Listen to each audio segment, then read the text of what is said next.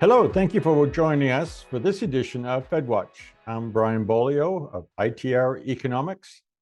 And what we're going to do is take a look at some of the factors that are creating two different camps, really, in terms of when the Fed is going to start lowering interest rates. But the cool thing is, it's two different camps about when they are going to be lowering interest rates, not if they are going to be lowering interest rates. And I'll tell you our take on it at the end also. There are 5 different points that I want to cover. And I don't like to inundate you with data, but I'm pretty sure if you haven't already, you're going to read where the December retail sales numbers, which came out yesterday, look good for December. On a rate of change basis, we're looking at a fourth quarter number of 3.5%. That's in phase B. And if you know our methodology, that means we're in a confirmed climb that has some statistical validity. I want to caution you about that, though, because while the results were good, the seasonal rise is weaker than normal in retail sales. The seasonal rise ended in December, and the November to December percent change was also weaker than normal.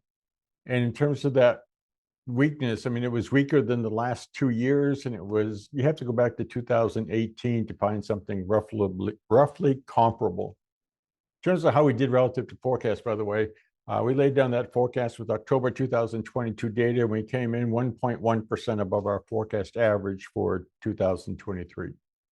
Second data point is, well, that may look stronger, or at least be reported out as stronger than it perhaps is. U.S. total industrial production and manufacturing both continued to be in very mild recessions, but that R word does apply to both of them. So if the Fed sees through the retail sales or begins to weaken again, which I think is what's going to happen beginning 1Q 2024, they're going to be hard-pressed to ignore what's going on in manufacturing. Third point is, oh, by the way, U.S. industrial production came in 0.1% above the forecast that we made also with October 2022 data. So 0.1% is essentially a bullseye for us. Third data point is housing. And this news may cause the Fed to hesitate in lowering interest rates because housing starts has seen the 12-month moving total actually turn up now. Over the last 2 months, we're getting rise out of that data trend. The 312 rate of change is running above 0, which is good for the housing market. Construction industry at 1.9% is what the fourth quarter did compared to a year ago, fourth quarter. And the seasonal decline going on, because cyclicality and seasonality are two different things. The seasonality is median, it's typical.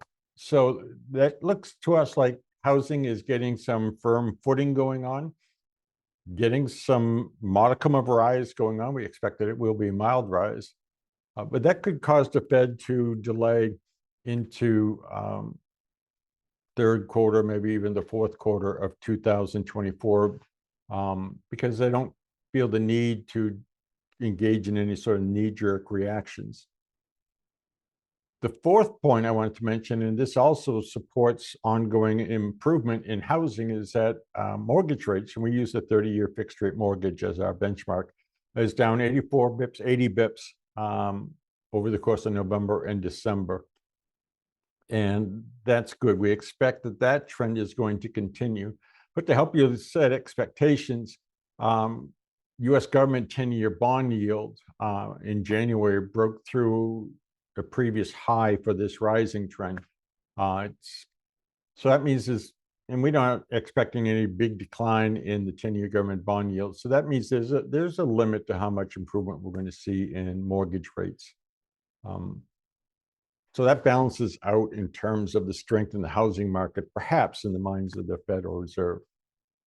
The fifth point is there are people, you can read about them, that think the Fed is going to start lowering those interest rates in the first quarter of 24. Fed Governor Bostic out of Atlanta says, no, it's probably going to be third quarter 2024. And his his voice I find very interesting because he's the one that urged caution on the way up. And now he's urging caution on the way down. I don't know if he's just cautious by nature or needs to see more and more data by nature. That's the impression I get so far. And at ITR, we're hanging in there with, we think we'll start seeing some Fed funds rate decline in the second quarter of 2024. So we're pegged in between the optimists and I think the pessimists by saying 2Q 2024, we start seeing some interest rate decline. Mortgage rates coming down already is a good thing, but I don't know that we're going to get a whole lot of long-term bond yield really.